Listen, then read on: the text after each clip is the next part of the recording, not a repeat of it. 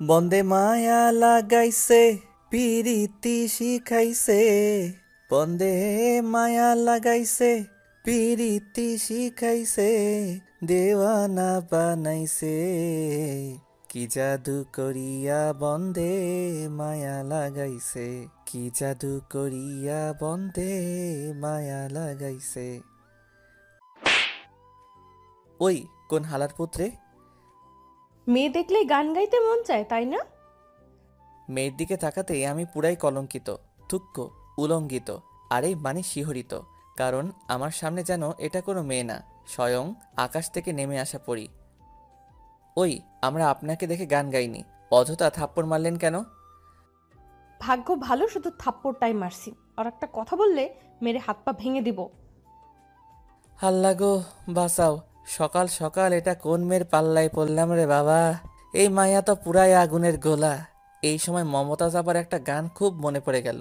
পোলা তো নয় যেন আগুনেরই গোলা রে, পোলা তো নয় যেন আগুনেরই গোলা।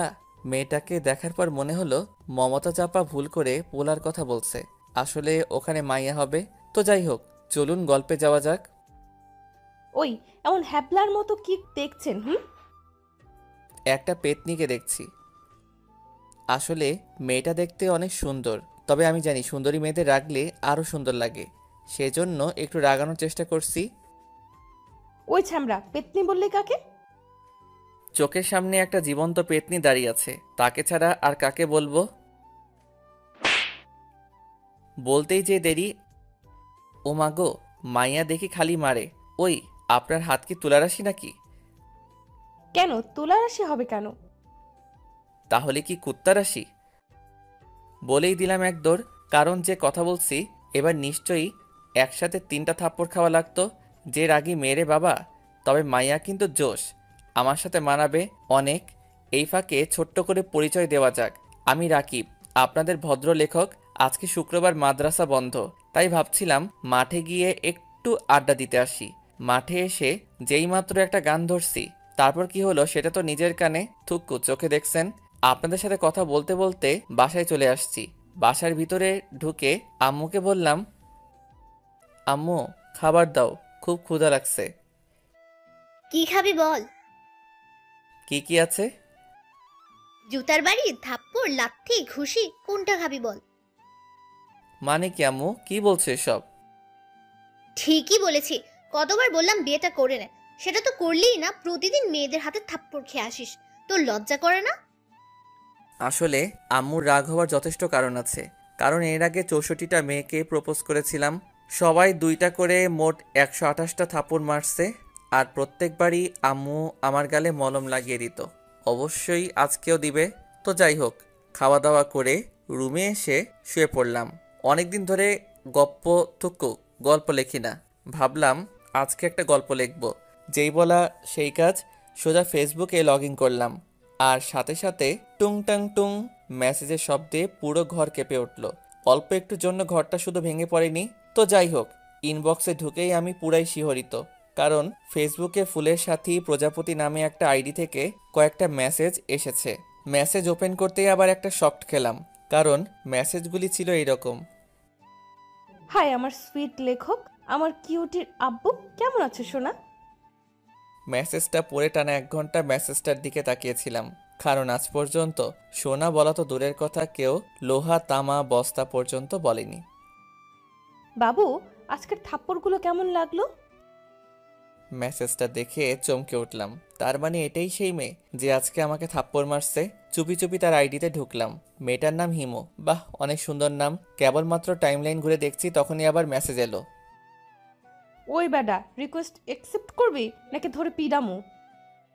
ওই সেমনি থাপড়ায়ে তোর 43টা দাঁত ফেলাই দিব, ভদ্রভাবে কথা বল। তোর ভদ্রতার গুষ্টি কিলাই, তুই দাঁড়া, তোর বাড়িতে গিয়ে আজকে তোরে পিটামু। মেসেজটা দেখার পর ভয়ে আমার হাত পা থরথর করে কাঁপতে শুরু করলো।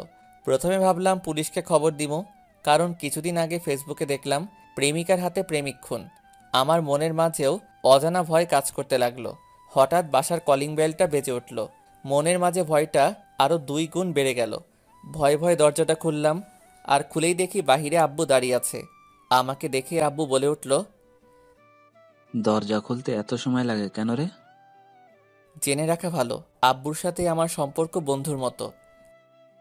আব্বে ফহিন্নির পুত, এত চিল্লাও কেন? কিছু বললি? আব্বু। কি? আব্বু, প্রেম কর্মু, একটা মাইয়া খুঁজে দাও। আমি আর জানতাম না আমার পিছনে আম্মু দাঁড়িয়ে আছে। আমার কথা শুনেই আম্মু ঠাস করে কানের 1 ইঞ্চি নিচে একটা বসিয়ে দিল। তারপর থেকে কানের ভলিউম কমে গেছে। তারপর আম্মু রুমের ভিতরে চলে গেল, আর আমি আবারও ফেসবুকে ঢুকলাম। ঢুকেই দেখি হিমু অ্যাক্টিভ আছে, তাই তাকে বললাম, কই রে টিকটিকির বাচ্চা, তুই নাকি আমারে বাড়িতে এসে পিটাবি? ওই ইন্দুরের বাচ্চা, তুই কি ভাবছিস আমি তোর ঘরের বউ যে তোর বাড়িতে যাব? হো হো হো, ভয় পাইছিস নাকি? শালা কুত্তা, আমি তোর দাঁত ভাইঙ্গা ফালামু। কাল মাঠে আসিস। ও মা গো, মাইয়া দেখে আমারে ভয় দেখায়। ওই শালির পুত, তোরে আমি লবণ মরিচ দিয়া কাঁচা গিলা খামো।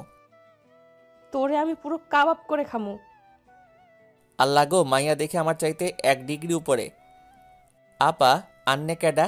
মোর মতো একটা ভদ্রপোলার সাথে এমন করছেন কেন? ভাইয়া আপনি যে ভদ্র, আপনাকে দেখলেই মনে করে কয়েকটা থাপ্পড় মেরে আদর করে। না, এই মাইয়ার সাথে কথাই পারা যাবে না। একে ব্রেনটে মার দিতে হবে। আমি কি আপনার সাথে দেখা করতে পারি? হুম। বাহ বাহ, মেয়েটাকে যতটা অভদ্র মনে করেছিলাম ততটা অভদ্র না, কিছুটা হলেও ভদ্র আছে। তাহলে কাল এই পার্কে চলে আসুন। ওকে। তারপর অনেক ঘুমানোর চেষ্টা করলাম, কিন্তু ঘুম ধরছে না, কারণ জীবনের প্রথম কাল কোনো মেয়ের সাথে পার্কে দেখা করতে যাব। সেই খুশির ঠেলায় ঘুম ধরছে না। মনে মনে ভাবলাম অল্প একটু লুঙ্গি ড্যান্স দেওয়া যাক, তাহলে হয়তো ঘুম ধরতে পারে। আর দেরি না করে আব্বুর রুম থেকে একটা লুঙ্গি নিয়ে আসলাম। তারপর শুরু হলো লুঙ্গি ড্যান্স। ড্যান্স দিতে দিতে হঠাৎ প্যার প্যার করে একটা শব্দ হলো।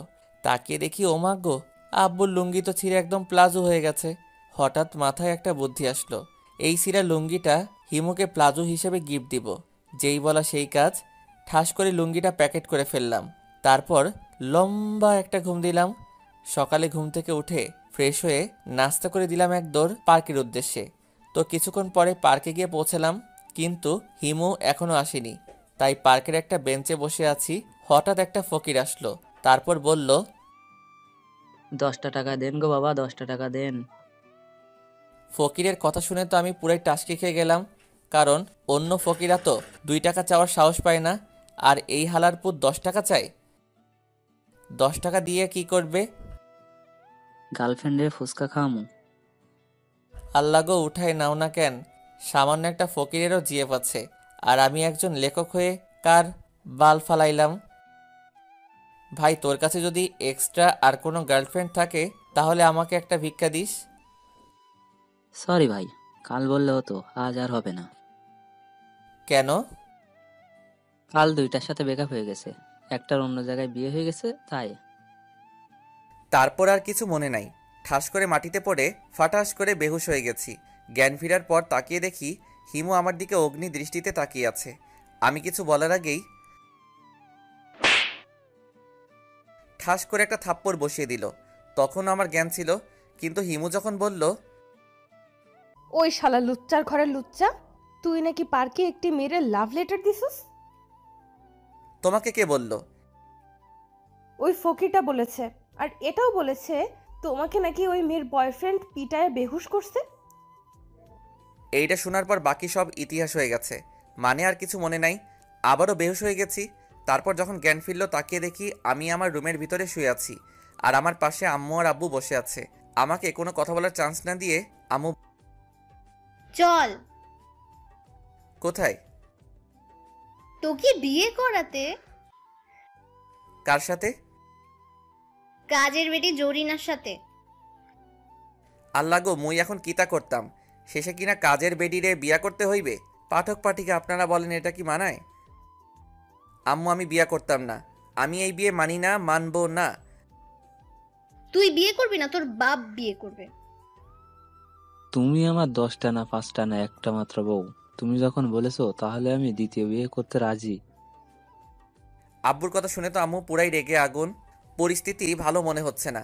তাড়াতাড়ি বিছানা থেকে উঠে দিলাম এক দৌড়ে মাঠে চলে আসছি। কিন্তু মাঠে আসার পর আমি পুরাই শিহরিত। আমি হাসবো নাকি কাঁদবো কিছুই বুঝতে পারতেছি না। কারণ মাঠে এসে দেখি হিমু আর তার বান্ধবীরা আড্ডা দিচ্ছে। সেটা বড় কথা নয়, বড় কথা হলো কাল আমি যে ছিঁড়া লুঙ্গি প্লাজো হিসেবে হিমুকে দিতে চেয়েছিলাম সেটা পরে এসেছে। বাহ বাহ, খুব সুন্দর লাগছে এটা পরে। আরও অবাক হলাম হিমু এর বান্ধবীদের কথা শুনে। দোস্ত, তোর প্লাজোটা কিন্তু সেই। আমার বয়ফ্রেন্ড গিফট করছে। আল্লাহ গো, দড়ি ফালাও উইঠা যাই। আমি নাকি ওর বিএফ। আর কি যোগ আইলো রে ভাই, লুঙ্গিকে প্লাজো বানাই ফেলছে। তোর বিএফ এর নাম কি আর দেখতে কেমন? নাম রাকিব, একজন লেখক। আর ও তোদের পিছে দাঁড়িয়ে আছে, দেখ। তার মানে আমি যেখানে দাঁড়িয়ে আছি হিমু সেটা অনেক আগেই দেখে ফেলেছে। হিমুর কথা শুনে ওর বান্ধবীরা আমার দিকে ফ্যাল ফ্যাল করে তাকিয়ে আছে। মনে হচ্ছে যেন আমাকে চোখ দিয়ে খেয়ে ফেলবে। ওদের তাকিয়ে থাকা দেখে আমিও একটা বোকামার্কা হাসি দিয়ে ওদের কাছে গেলাম। তারপর, ভাইয়া কেমন আছেন? প্লিজ ভাইয়া বলবেন না, কলিজায় আঘাত লাগে। তাহলে কি বলবো? কেন, জান বাবু সোনা বলে ডাকবা? আমার কথা শুনে ওর বান্ধবীরা লজ্জা পেয়ে বান্দরের মতো লাফাইতে লাফাইতে চলে গেল। হাই সকিনা। ওই লুচ্চা ছকিনা কেডা? কেন তুমি? কুত্তা। মাইন্ড ইওর ভাষা, আই অ্যাম ভদ্র বয়। আমার ইংরেজি শুনে হিমু পুরাই টাস্কি খাইল। হেতি মনে হয় বাপের জন্মে এমন ইংরেজি শুনে নাই। বাংলার কুত্তা, আবার ইংরেজি মারাও, তাই না? এই মাইয়া তো দেখি পুরাই ডেঞ্জারাস। আমি তো জানি হিমুই আমাকে বাসায় রেখে এসেছে। হাসপাতাল থেকে আমাকে বাসায় রেখে এসেছিল কোন হালার পুত? তোমার আব্বু। কি, কিভাবে? মিস্টার সুইট লেখক সাহেব, তোমার বাবাকে আমি আগে থেকেই চিনতাম, আর তার নাম্বারও ছিল আমার কাছে। তাই বলতে হবে না, আমি বুঝে গেছি। সি সি সি, নিজের বাবাকে হালার পুত বললাম। হঠাৎ মনে পড়ল এই শালির কাছ থেকে যদি নাম্বার চাই তাহলে থাপ্পড় মেরে সব দাঁত ভেঙে ফেলবে। আব্বুর ফোনে তো নিশ্চয়ই হিমুর নাম্বার আছে। আর কোনো কথা না বলে বাসার উদ্দেশ্যে দিলাম দৌড়। বাসায় এসে বিদ্যুৎ গতিতে আব্বুর ফোনটা হাতে নিলাম। আব্বুর ফোনটা হাতে নিয়ে কল লিস্ট আর মেসেজ দেখে আমি পুরাই কলঙ্কিত, থুক্কু শিহরিত। কারণ আব্বুর ফোনে যেসব নামে নাম্বার সেভ করা তার কিছু উদাহরণ নিচে দিলাম। জান, বাবু, সোনা, লোহা, প্লাস্টিক, তামা, ভাঙাচোরা ইত্যাদি ইত্যাদি। আরও অবাক হলাম মেসেজ অপশনে গিয়ে, কারণ আব্বু পাশের বাসার আন্টির সাথে থাকার কইতাম না। আমি আবার হিমুর নাম্বার খুঁজতে লাগলাম। দীর্ঘ 30 মিনিট সাধনা করার পর আমি হিমুর নাম্বার পেলাম। আর 1 মিনিট দেরি না করে ঠাস করে হিমুর নাম্বারে কল দিলাম। হাই ফুলটুসি। হোয়াট? এত হোয়াট হোয়াট করো কেন? কে বলছেন? তোমার জান, বাবু, সোনা। ওই কুত্তা, তুই ক্যাডা রে?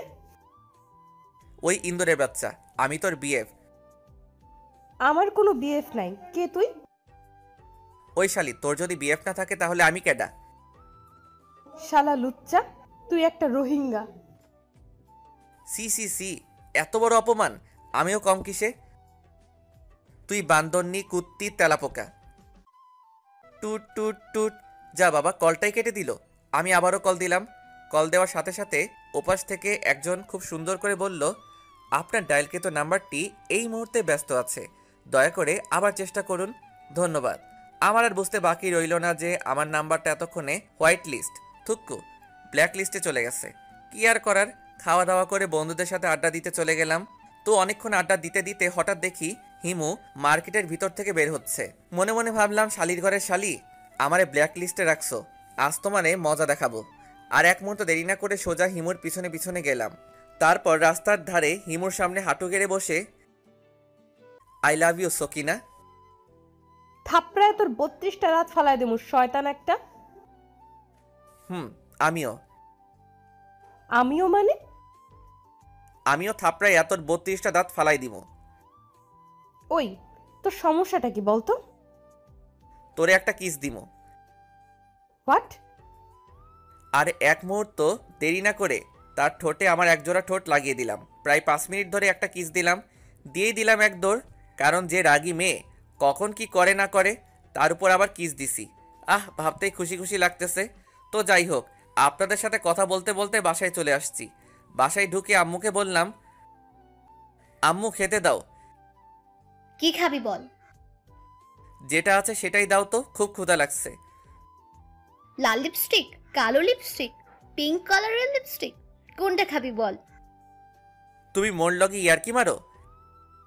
ইয়ার্কি মারবো কেন? আয়নায় গিয়ে নিজের মুখটা একবার দেখে আয়।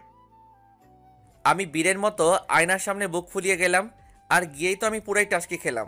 কারণ হিমুকে কিস দেওয়ার সময় ও ঠোঁটে লাল লিপস্টিক দিয়ে আমার ঠোঁটও লাল হয়ে গেছে। হঠাৎ পিছন থেকে আম্মু বলল, মাইয়াডা ক্যাডা? কোন মাইয়া?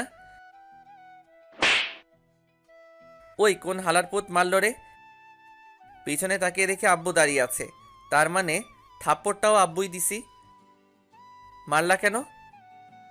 হারামজাদা, তুই নাকি আমার বন্ধুর মেয়ের ইয়ে দিছস। ইয়ে কি? ইয়ে বুঝিস না? দাঁড়া, তোকে মজা দেখাচ্ছি আজকে তো। হঠাৎ বাসার কলিং বেল বেজে উঠল। আম্মু গিয়ে দরজা খুলতেই আমার চোখ কপালে উঠে গেল।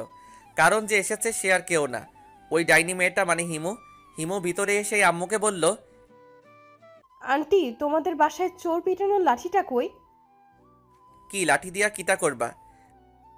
বলেই এক দৌড়ে রুমে চলে গেলাম। রুমে গিয়ে আগে দরজাটা লাগিয়ে দিলাম। কিছুক্ষণ পর বাহির থেকে হিমু বলতেছে, শয়তান, বের হও বলছি। বেশি পিটাবো না, শুধু 2টা থাপ্পড়, একটা ঘুষি, একটা লাথি আর একটা লাঠি দিয়ে কয়েকটা পিটামো। আল্লাহ গো উঠাইয়া লও। এই মাইয়া কয় কি এতগুলো পিটাবে, আবার কয় বেশি পিটাবো না। বাহির থেকে আবার হিমু বলল, ওই কুত্তা, দরজা খুল বলছি, না হলে কিন্তু দরজা ভেঙে দিয়ে তোরে পিটামো। আম্মা ও আম্মা গো, ও আব্বা গো, তোমার পোলাটারে বাঁচাও গো। তোর মতো ছেলেকে এইভাবেই পিটানো উচিত। দরজা খোল বলছি, তাছাড়া আজকে তোরে মাইরাই হালামো। আল্লাহ গো রক্ষা করো, এই ডাইনিটা তো আজকে আমাকে মেরেই ফেলবে। কি আর করার, ভয় ভয় দরজাটা খুলে দিলাম। আর দরজা খোলার সাথে সাথে শুরু হয়ে গেল উদুম কেলানি। ও আম্মা গো, আব্বা গো, ও খালা গো, ও মামি গো, আমি আর কোনোদিন কিস দিব না, মাইরা ফেলাইলো গো। অবশেষে দীর্ঘ 32 মিনিট পিটানোর পরে শান্ত হলো। তারপর আমি কোনো মতে উঠে গিয়ে বিছানায় বসলাম। আসলে আমি একটু ব্যথা পাইনি, কারণ মাইয়া মানুষ মারলে তেমন ব্যথা লাগে না, তাই একটু ব্যথা পাওয়ার অভিনয় করলাম। কিছুক্ষণ পর হিমু আমার রুমে আসলো। তারপর বলল, সরি সোনা, একটু বেশি পিটাইছি। মনে চাচ্ছে থাপড়াইয়া 43টা দাঁত ফালাইয়া দেই। রাগ করছো কেন সোনা? বেশি তো পিটাইনি, মাত্র 43টা থাপ্পড়, 31টা লাঠি, 19টা ঘুষি আর লাঠি দিয়ে কয়েকটা পিটাইছি। এতক্ষণে আমার শরীরে ব্যথা ছিল না। হিমুয়ের কথা শুনে আমার শরীরে ব্যথা আরো বেশি হয়ে গেল। শালি জি কি মারটাই না মারলো। ও মাগো, ইস কি ব্যথা গো। কাছে আসো, ব্যথা দূর করে দিচ্ছি। ওই ফইনির জি, আমার কাছে আসবি না। দাঁড়া, আম্মুকে ডাক দিচ্ছি, তোরে আবার পিটামো। কি আর করার, বাধ্য ছেলের মতো হিমুর কাছে গেলাম।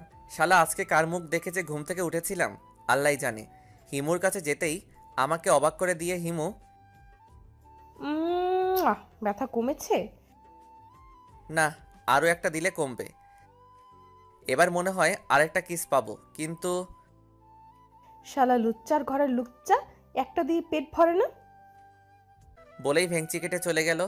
এই কিতা হলো, আমি ভাবলাম আরেকটা কিস পাবো, উল্টা এই শালি তো আমার অপমান করলো।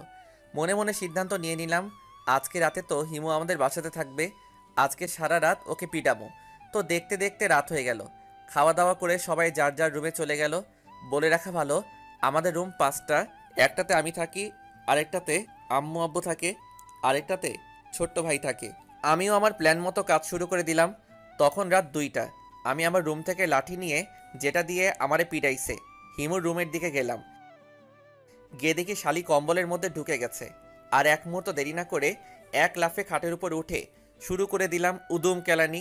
ঠাস ঠাস ঠাস ঠাস দীর্ঘ 1 ঘন্টা পিটাইলাম। পিটানোর কারণে শালি মনে হয় বেহুশ হয়ে গেছে। আমিও মনের আনন্দে গান গাইতে গাইতে আমার রুমে চলে আসলাম। আজ পাশা খেলবো রে শাম, আজ পাশা খেলবো রে শাম। তারপর আনন্দের সাথে ঘুমিয়ে গেলাম।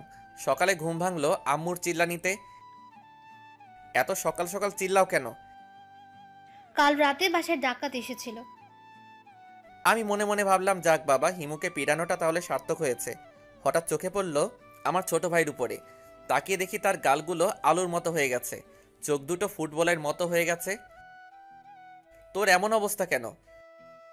ভাইয়া, কাল রাতে ডাকাত আমার রুমে ঢুকে আমারে পিটাইছে। ছোট ভাইয়ের কথা শুনে আমি তো আকাশ থেকে পড়লাম। তাহলে কাল রাতে আমি হিমু ভেবে ছোট ভাইকে পিটাইছি? C C C. যে হালারপুত আমারে মারছে তার জীবনেও বিয়ে হবে না। শালারপুতের জিএপের সাথে ব্রেকআপ হয়ে যাবে।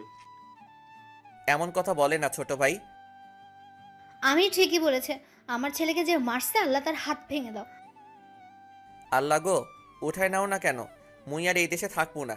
মুই আজকেই চামচুক্কা চলে যামু। হঠাৎ চোখে পড়ল হিমুর উপরে।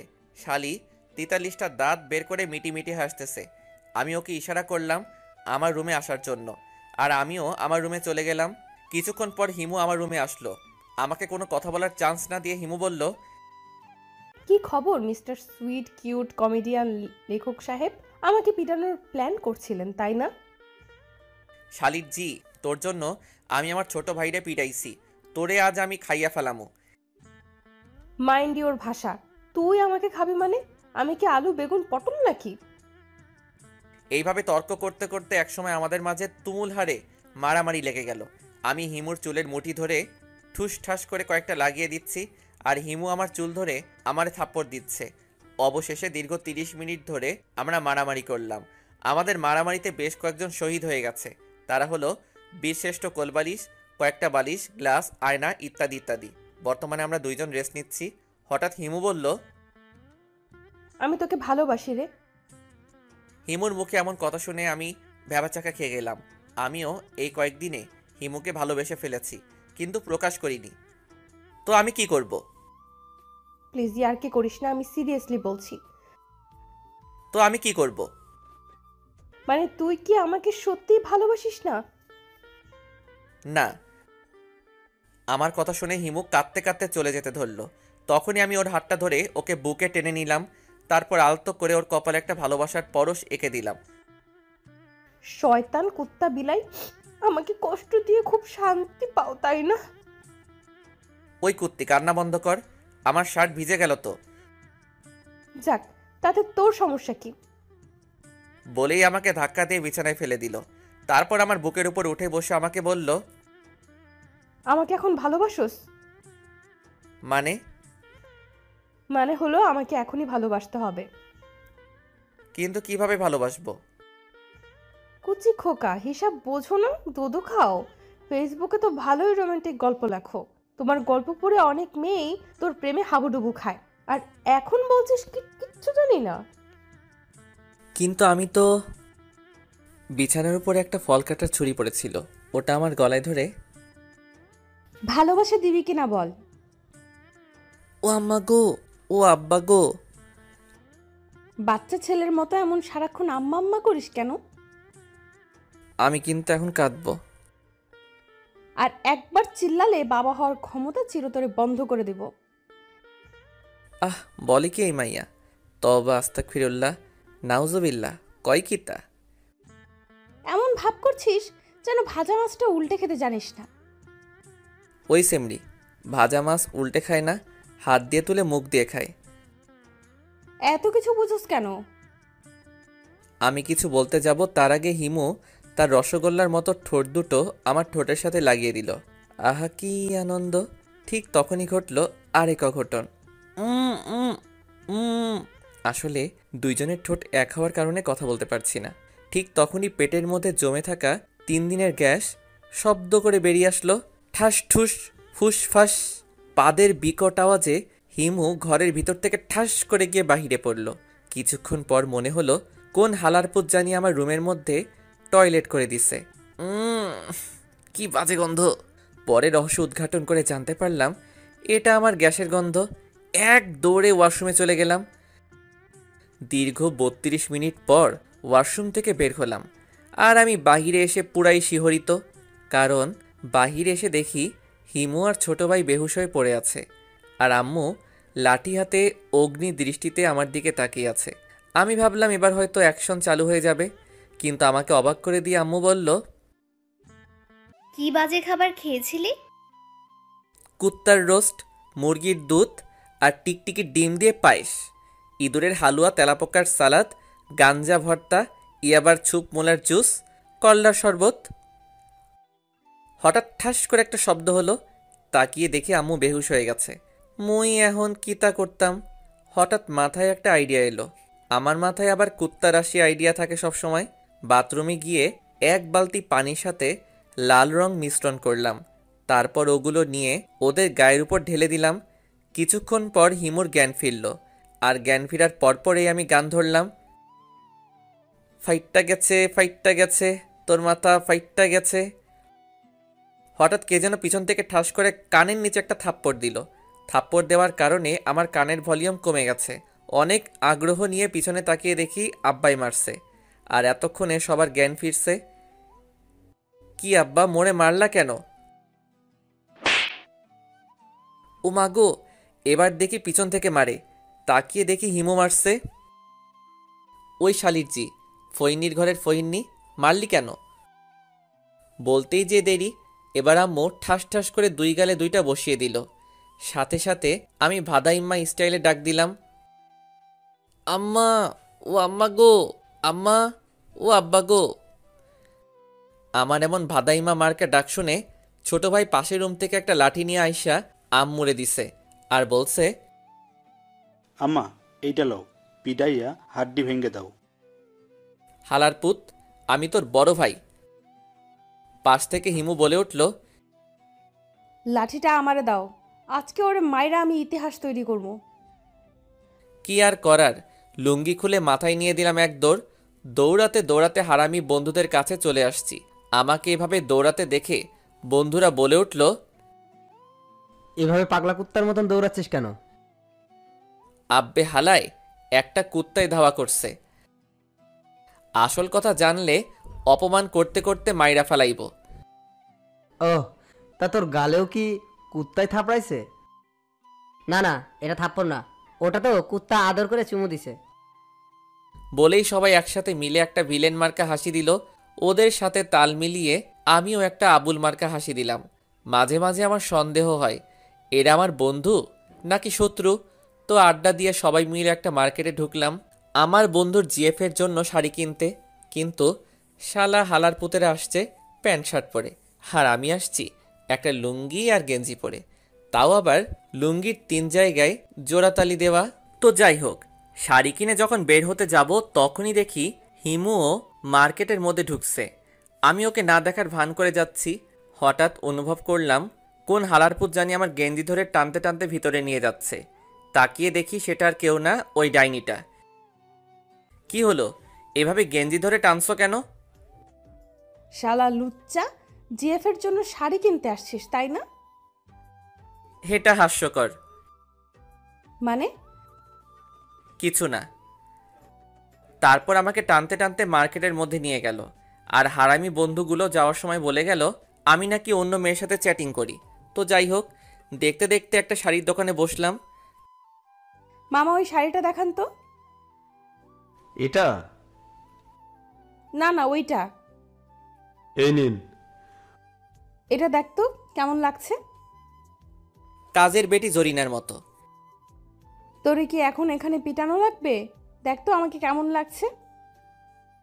সেই রকম অচাম, চুপ্পার। মনে মনে বলছি তোকে তো পেতনির মতো লাগছে। তারপর গুনে গুনে 4টা শাড়ি কিনলো। কিনে আমার দিকে মুখ বাঁকিয়ে বলল, আমি আবার বেশি শাড়ি কিনি না, আমার অল্প হলেই চলে। ফহিনীর জি কয় কি 4টা শাড়ি কিনছে, আবার কয় আমি বেশি কিনি না। ভালো। আমার কাছে টাকা নেই, তুমি বিলটা দিয়ে আসো। বলে আমাকে কোনো কথা বলার চান্স না দিয়ে চলে গেল। আমি তো পুরাই শিহরিত, কারণ আমার কাছে মাত্র 8 টাকা আছে, তাও আবার বিকাশে। ভয়ে ভয়ে দোকানদারকে বললাম, ভাইয়া কত টাকা হয়েছে? মাত্র 18,550 টাকা স্যার। দোকানদারের কথা শুনে আমি মনে হয় আকাশ থেকে পড়লাম। মাথার মধ্যে চো চো ভো ভো ভো করছে। হঠাৎ ঠাস করে পড়ে ফুস করে বেহুশ হয়ে গেলাম। জ্ঞান ফিরে তো আমি পুরাই কলঙ্কিত, থুক্কু, শিহরিত। কারণ জ্ঞান ফিরে দেখি দোকানের সব লোক আমার সেবা যত্ন করছে। হঠাৎ দোকানের এক কর্মচারী বলে উঠল, স্যার টাকাটা দেন। কিসের টাকা? ও মনে হয় বেহুশ হয়ে সবকিছু ভুলে গেছে। ওর মাথায় লাঠি দিয়ে ঠাস করে একটা বাড়ি মার, তাহলে মনে পড়বে। হালারপুত কয় কিতা? আর একজন তো আরও এক ধাপ এগিয়ে বলল, ওই, ওর লুঙ্গি আর প্যান্ট খুলে নে। আল্লাহ গো, মুই এখন কিতা করতাম? এই বেটা, টাকা বের কর। ওরে ভাইরে, আমার কাছে তো টাকা নাই। ওই, ওর লুঙ্গি আর গেঞ্জি খুলে নে। ভাই, আপনার বউয়ের দোহাই লাগে, লুঙ্গি খুইলেন না, মুই আপনাদের পরে এসে টাকা দিয়ে দিমো। কিন্তু কে শুনে কার কথা? অবশেষে লুঙ্গি এবং গঞ্জি বোনাস হিসেবে ফোনটা দিয়ে দিলাম এক দৌড়। ভাগ্য ভালো ছিল নিচে আন্ডারপ্যান্ট ছিল। রাস্তায় দিয়ে দৌড়াচ্ছি আর মানুষে আমার দিকে হা করে তাকিয়ে আছে। নিজেকে এই মুহূর্তে দৌড় প্রতিযোগিতায় ফার্স্ট বয় মনে হচ্ছে। অবশেষে দৌড়াতে দৌড়াতে বাসায় আসলাম। বাসায় এসে ঘরে ঢুকতেই আব্বু বলে উঠল, কি রে, তোর লুঙ্গি আর গেঞ্জি কই? আব্বা, ও আব্বা গো, কিতা হইছে? ও আব্বা গো। আবেকে কাইন্দা দিছি। আব্বে, আগে কি হইছে কবি তো। কি আর কমু, দৌড় দিয়ে রুমে ঢুকে দরজা লক করে দিছি। ভাবছি এই জীবন আর রাখতাম না, মুই আজকাই সুইসাইড করমু। কিন্তু কিভাবে করমু? হঠাৎ মনে পড়ল পাখার সাথে গলায় দড়ি দিমু। তারপর গলায় দড়ি দিয়ে পাখার সাথে ঝুলে থাকলাম। হঠাৎ ঠাস করে একটা শব্দ হলো। দেখি শালা হালার পুত ভেঙে নিচে পড়ে গেছি। তারপর আর কিছু মনে নাই, আমি তো মারা গেছি। শুনেছি কবরের মধ্যে নাকি ফেরেশতারা আসে, কিন্তু কই, এতক্ষণ ধরে মরে আছি, এখনো পর্যন্ত কোনো ফেরেশতা আসে না কেন? হঠাৎ তাকিয়ে দেখি ছোট ভাই দাঁড়িয়ে আছে। কি রে হালার পুত, তুইও সুইসাইড করলি নাকি? কিরে ভাইয়া, কয় মুড়া গাঞ্জা খাইছস? আব্বে মফিস, কবরের মধ্যে কি তোর বাপে গাঞ্জা এনে দিবে নাকি? হঠাৎ তাকিয়ে দেখি আব্বাও হাসতেছে। আব্বারে আসতে দেখে ভাদাইম্মা স্টাইলে ডাক দিলাম, আব্বা, ও আব্বা গো, ও আব্বা গো, তুমিও মারা গেছো? কি সাংঘাতিক! আব্বা, ভাইয়া গাঞ্জা খাইছে, ধরে পিডাও, তাহলে ঠিক হয়ে যাবে। বলতেই যে দেরি, শুরু হয়ে গেল লাঠি দিয়ে পিডানি। ঠাস ঠাস ঠাস। ভেবেছিলাম মরে যাওয়ার পর ফেরেশতারা পিডাবে, এখন দেখি আব্বা আর ছোট ভাই পিডাই। এতক্ষণে শিওর হলাম আমি এখনো মরিনি, কিন্তু এভাবে আর কিছুক্ষণ পিডানি খাইলে তো এমনিতেই মারা যাবো। আব্বু মারতেছে আর বলছে, বল, আর গাঞ্জা খাবি? ও আব্বা গো, মুই গাঞ্জা খাইনি। ও কে আছো, বাঁচাও গো, এই হালার পুতে মাইরা ফেলাইল গো। দীর্ঘ 20 মিনিট পিডানোর পর আব্বা ছাইরা দিল। কোনো মতে খাওয়া দাওয়া করে একটা ঘুম দিলাম।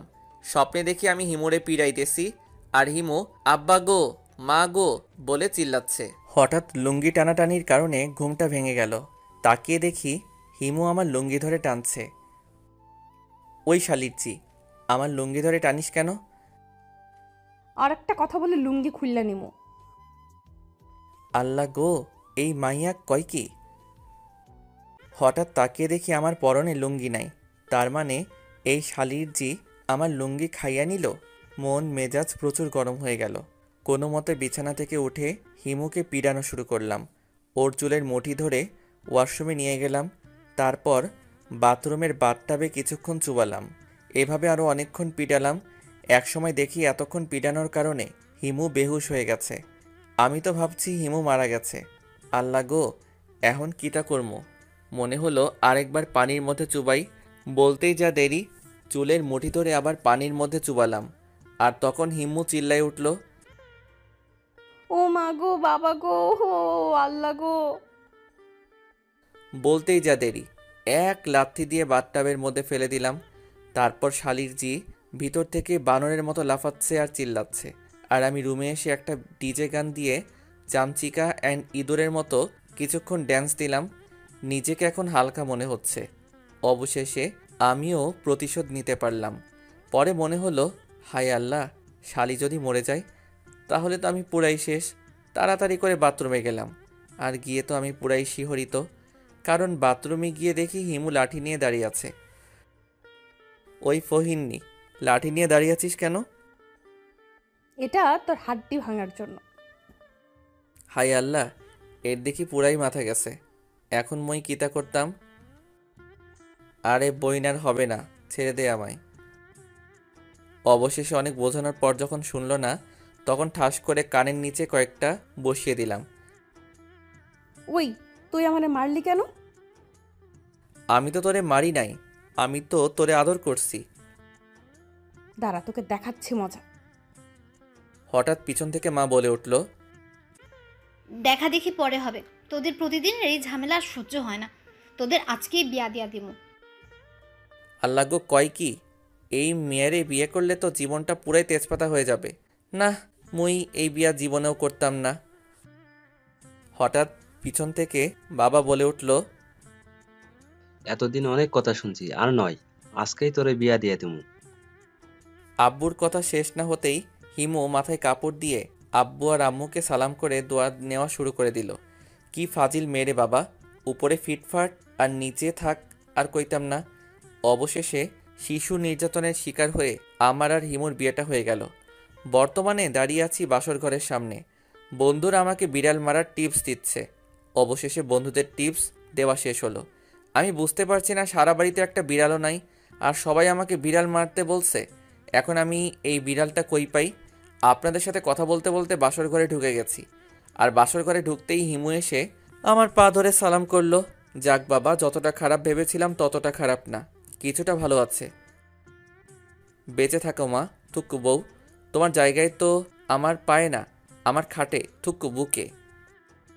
বলতেই যা দেরি, এক লাফে বউ আমার কোলে উঠে বসলো। ও আম্মা গো, ও আব্বা গো, বাঁচাও গো, কি ভারী তুমি ও মা গো। ওই কুত্তা, আমি তোর মা নই, আমি তোর বউ। জানি জানি, এখন নামো। ও মা গো, কোমর ভেঙে গেল গো। আচ্ছা, তোর তো কোনো বোন নাই, তাই না? কেন? মাঝে মাঝে আমাকে একটু দুলাভাই বলে ডাকিস, কলিজাটা ঠান্ডা হবে। ও, বলেই আমার উপরে ঝাঁপিয়ে পড়ল। নিজেকে এই মুহূর্তে বাংলা সিনেমার নায়িকাদের মতো লাগছে, আর হিমুকে লাগছে ভিলেনের মতো। কি রে, চুপ করে আছিস কেন? তো কি করব? চিল্লাচিল্লি করব? তুই না বলেছিলি বাসর রাতে ক্রিকেট টিম তৈরি করবি? ও তাই তো, আমার তো মনেই নাই। বলেই আমি ক্রিকেট টিম তৈরি করায় ব্যস্ত হয়ে পড়লাম। হঠাৎ ফট ফট ফট ফটাস করে একটা শব্দ হলো। তাকিয়ে দেখি খাট ভেঙে পড়ে গেছি। কি হলো এটা? নতুন রেকর্ড। মানে? বাসর রাতে খাট ভাঙার ইতিহাস। অবশেষে ইতিহাসের খাতায় আমার নাম উঠে গেল। বকাটে ছেলে বাসর রাতে খাট ভাঙার ইতিহাস। পরের দিনগুলো কেটে গেল অনেক আনন্দে। নতুন বিয়ে করেছি, বুঝেন তো মজাটা কেমন।